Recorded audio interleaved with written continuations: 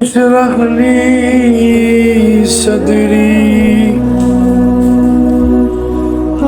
ويسر لي أمري واحلل عقدة من لساني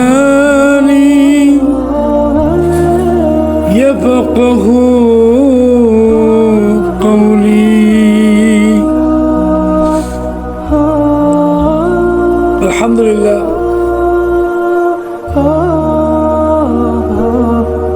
আমাদের আজকের আলোচনার কেন্দ্র হচ্ছে আল্লাহর কাছে হিদায়াতের পথে টিকে থাকার জন্য দোয়া করা, অর্থাৎ যেই হিদায়াতের পথে আল্লাহ আমাদেরকে এনেছেন এই পথ থেকে আমরা কেন আবার বিপরীত দিকে চলে যাই। শয়তান যেন আমাদেরকে হেদায়েতের পথ থেকে বিচ্ছিন্ন করতে না পারে, এজন্য আল্লাহর কাছে সাহায্য প্রার্থনা। আর এই প্রার্থনা আল্লাহ আমাদেরকে শিখিয়ে দিয়েছেন। পবিত্র কোরআনের 3 নম্বর সূরাতুল ইমরান, যাকে বলি আমরা আল ইমরান, এর প্রথম রুকুতে 8 নম্বর আয়াত, যে আয়াতের মাধ্যমে আল্লাহ আমাদেরকে শিখিয়ে দিচ্ছেন, হে ঈমানদারগণ, তোমরা আমার কাছে এমনিভাবে প্রার্থনা করো। বিসমিল্লাহির রহমানির রহিম।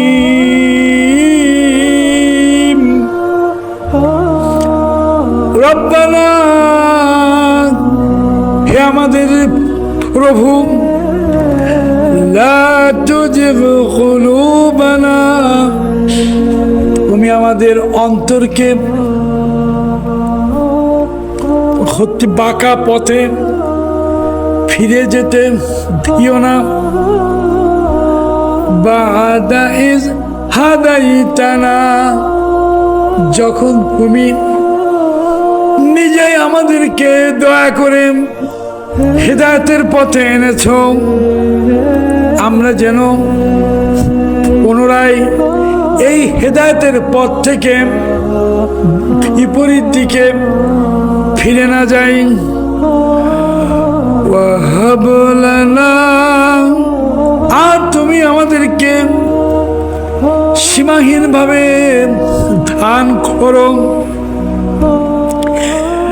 মিন লাদুনকা, তোমার নিজের পক্ষ থেকে, তোমার নিজের সন্নিধান থেকে, তোমার নিজের সীমাহীন ভান্ডার থেকে ও রহমত, আমাদের জন্য তোমার দয়া, তোমার ক্ষমা, তোমার সমস্ত রকম সাহায্য সহযোগিতা। ইন্নাকা, হে আল্লাহ, নিশ্চয়ই আপনি আনতাল ওয়াহ্হাব,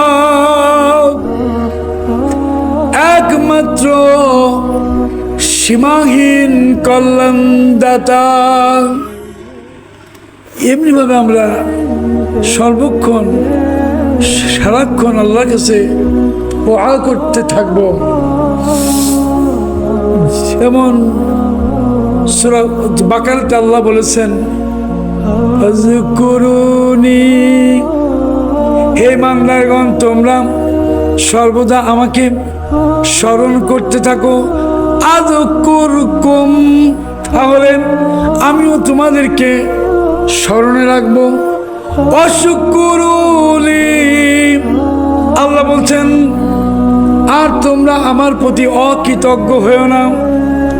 ওয়ালা তাকফুরুন,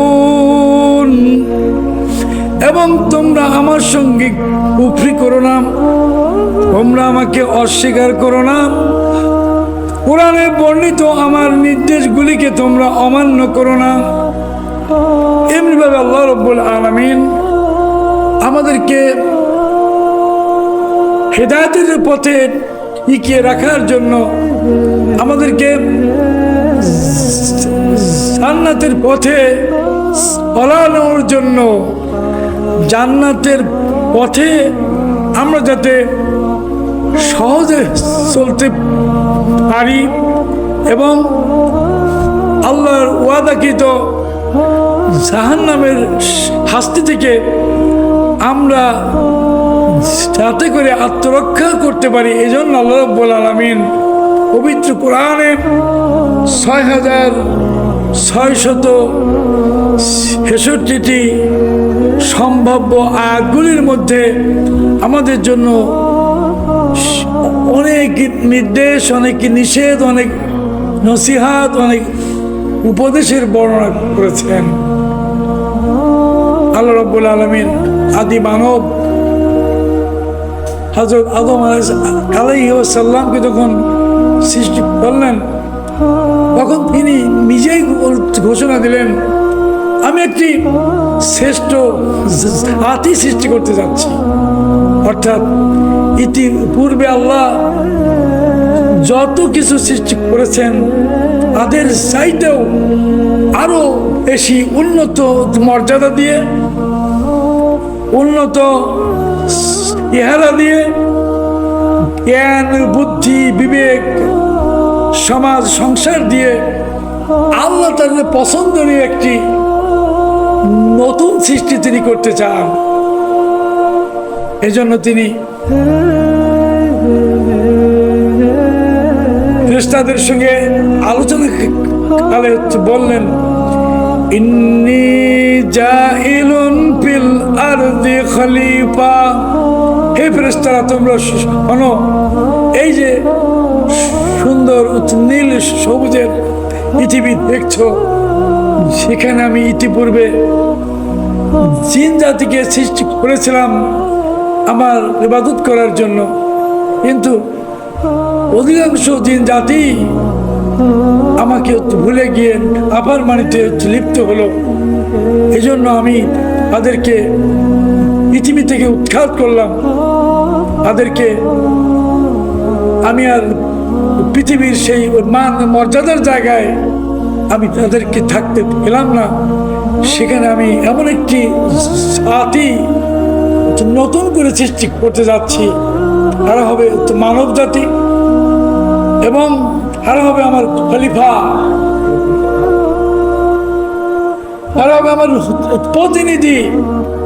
শুধু গোলামি হবে না, তারা আমার পক্ষ থেকে এই পৃথিবীকে লালন পালন করবে।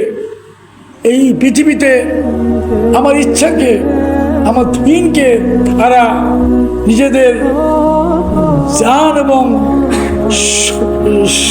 সম্পদকে উৎসর্গ করে কায়েম রাখার জন্য তারা সর্বাত্মক প্রচেষ্টা চালাবে। এবং আল্লাহ বললেন, লাকাদ খালাকনাল ইনসানা ফি আহসানি তাকবীম। আর আমি এজন্য মানব জাতিকে অতি উত্তম ভাবে, অতি সুন্দর চেহারা দিয়ে, আমার সৃষ্টির মধ্যে সর্বশ্রেষ্ঠ জ্ঞান পরিমা দিয়ে,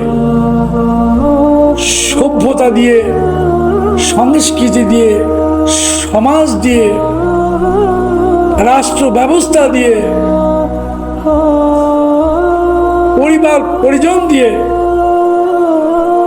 এবং সর্বশ্রেষ্ঠ পোশাকাদি দিয়ে আমি তাদেরকে সৃষ্টি করেছি।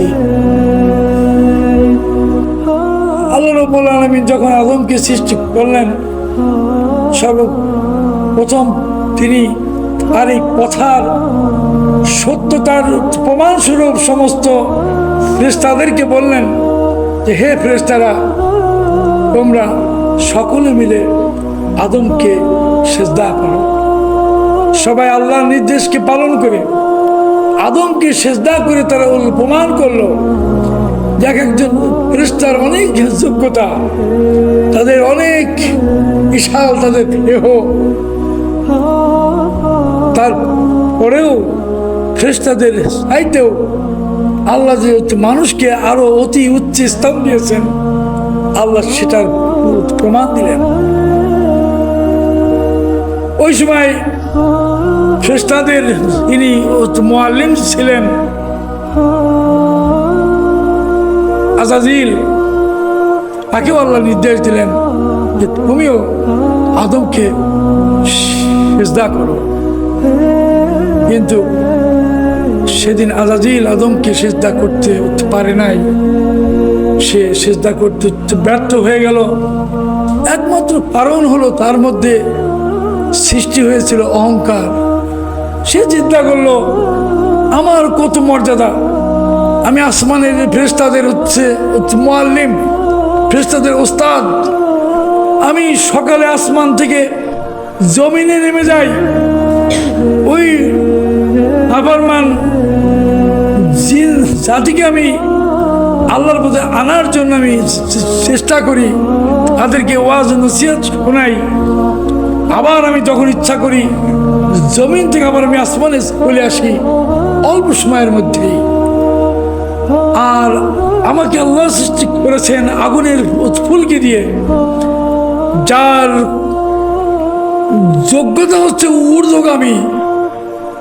আর আদমকে সৃষ্টি করেছে ওই পৃথিবীর এক টুকরো পচা মাটি দিয়ে, শুকনো মাটি দিয়ে, যা ছেড়ে দিলে শুধু নিচের দিকেই যায়, অন্য কোনো দিকে তার যাওয়ার ক্ষমতা নাই, যে তার রূপ বদল করতে পারে না, চেহারা বদল করতে পারে না। ওকে আমি কেমন করে সিজদা করব? আল্লাহর মনে হয় ব্রেনের সমস্যা হয়ে গেছে। সে আল্লাহর হুকুমকে অমান্য করলো, সে আদমকে সিজদা করতে পারলো না। শুধু একটি অপরাধ, আল্লাহর একটি হুকুম অমান্য করার কারণে সেদিন ইবলিস, আল্লাহ তার নাম রেখে দিলেন, তুমি এখন আর আজাজিল নও, তুমি এখন আর ফেরেশতাদের সর্দার নও, তুমি এখন ইবলিস।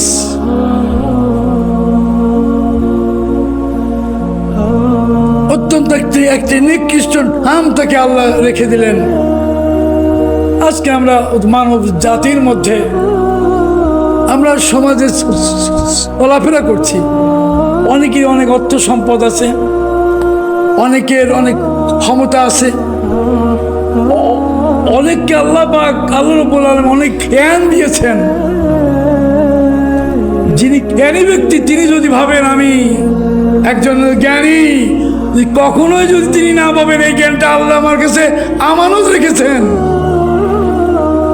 যখন সম্পদশালী যদি মনে করে আমি অনেক টাকার মালিক, এটা আমি অর্জন করেছি, যদি সে না ভাবে যে না সে এই সম্পদ আল্লাহ আমাকে দিয়েছেন, আমার কাছে আল্লাহ আমানত রেখেছেন, যখন কোনো ক্ষমতাশালী ভাবে নিজের যোগ্যতা আমি ক্ষমতাময়, যদি সে না ভাবে যে আমাকে ক্ষমতা আল্লাহ এনেছেন, যখন তখন আল্লাহ ইচ্ছা করলে আবার এই ক্ষমতা থেকে আমাকে হচ্ছে নামিয়েও দিতে পারেন। এমনি অবস্থায় মনে রাখতে হবে আমরা কিন্তু সেই ইবলিসের অনুসারী। আল্লাহ রাব্বুল আলামিন দয়া করে সেদিন আদমের হৃদয়ে যন্ত্রণা সৃষ্টি করে দিলেন। বলেন তো কবে? যেদিন আল্লাহ আদমকে বলেছিলেন এই জান্নাতের সব কিছু তুমি খাও, উপভোগ করো, তোমাকে একজন সুন্দরী সঙ্গিনী আমি দান করেছি, তোমার কোনো কিছুর অভাব রাখিনি, তোমার কি কি লাগবে তুমি তার নিজেও জানো না, কিন্তু আমি সব জানি। তোমার মনে যা চাবে সব কিছু আমি না চাইতে আমি রেডি করে রেখেছি, কিন্তু একটি নির্দেশ তোমার প্রতি, একটি ঘাস, ওই গাছের কাছেও তুমি খাবে না। কিন্তু সেদিন ইবলিসের প্ররোচনায় পড়ে আদম সেই নিষিদ্ধ গাছের ফল খেয়ে ফেললেন, এরপরে তার মধ্যে অনুশোচনা সৃষ্টি হলো। এ সৃষ্টি করলেন? আল্লাহ সৃষ্টি করে দিয়েছিলেন। তিনি সেদিন আবার তওবা করার মাধ্যমে ইমানদার হতে পেরেছিলেন। যে কথাটা আমি একটু আগে বলতে চেয়েছিলাম, হেদায়েতের পথ আমরা কেউ খুঁজে পাইনি। আল্লাহ নিজে দয়া করে আমাদেরকে হেদায়েতের পথে এনেছেন।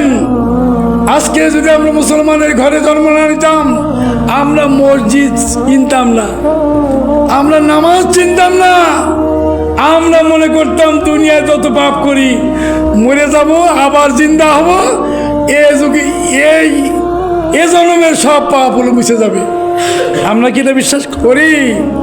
আমরা একবারই মৃত্যুবরণ করব, এ দুনিয়ায় আর কোনোদিন ফিরে আসবো না।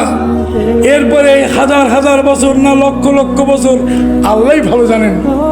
একদিন হাসরের মাঠে আল্লাহ আমাদেরকে উত্তোলন করবেন।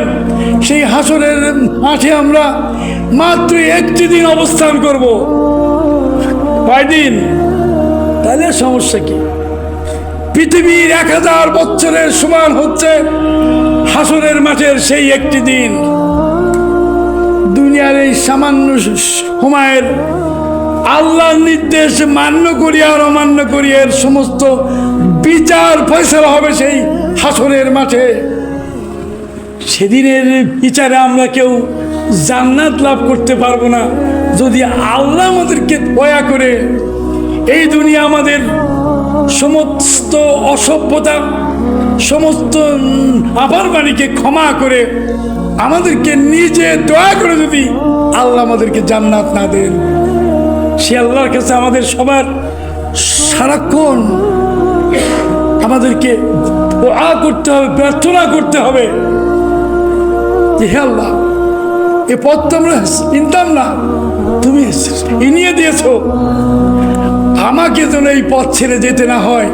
আমি যেন শুধু ওই জুম্মার দিন খালি জুম্মার নামাজ না পড়ি, আমি যেন মানুষের সঙ্গে দুর্ব্যবহার না করি, আমি যেন মানুষের সঙ্গে লেনদেনে যেই লেনদেন তুমি পছন্দ করো না ওই লেনদেন আমি যেন না করি। আমার মুখ দিয়ে আমি যেন অশ্লীল কথা না বলি। আর যারা তোমার দিনের পথে চলে তাদেরকে আমি যেন শত্রু মনে না করি। হে আল্লাহ, তুমি আমার দোয়াকে কবুল করে নাও। তোমার এই কঠিন জাহান্নামের সে আগুন, ওর তো প্রশ্নই ওঠে না। একটি গ্যাস লাইটের আগুনও সহ্য করার ক্ষমতা আমার নাই। আর জাহান্নামের আগুন যে কত ভয়াবহ, এটা আমরা কল্পনা দিয়েও এটা আমরা বুঝতে পারবো না। হাদিস থেকে জানা যায় জাহান্নামের আগুনের একটি ফুলকি যদি দুনিয়ায় আসতো, আগুন না, একটি মাত্র ফুলকি যদি দুনিয়ায় আসতো তাই দুনিয়া পুড়ে ছারখার হয়ে যেত। এই আগুনকে যদি আমরা মিথ্যা মনে না করি তাহলে কি আমাদের আর বসে থাকার সময় আছে? এখনই আমাদেরকে আল্লাহর পথ ধরতে হবে। আল্লাহ আমাদের সকলকে ক্ষমা করে দিন, আমাদেরকে জান্নাতের পথে চলা আমাদের জন্য সহজ করে দিন। আমিন। ওমা তৌফিকি ইল্লা বিল্লাহ। আসসালামু আলাইকুম।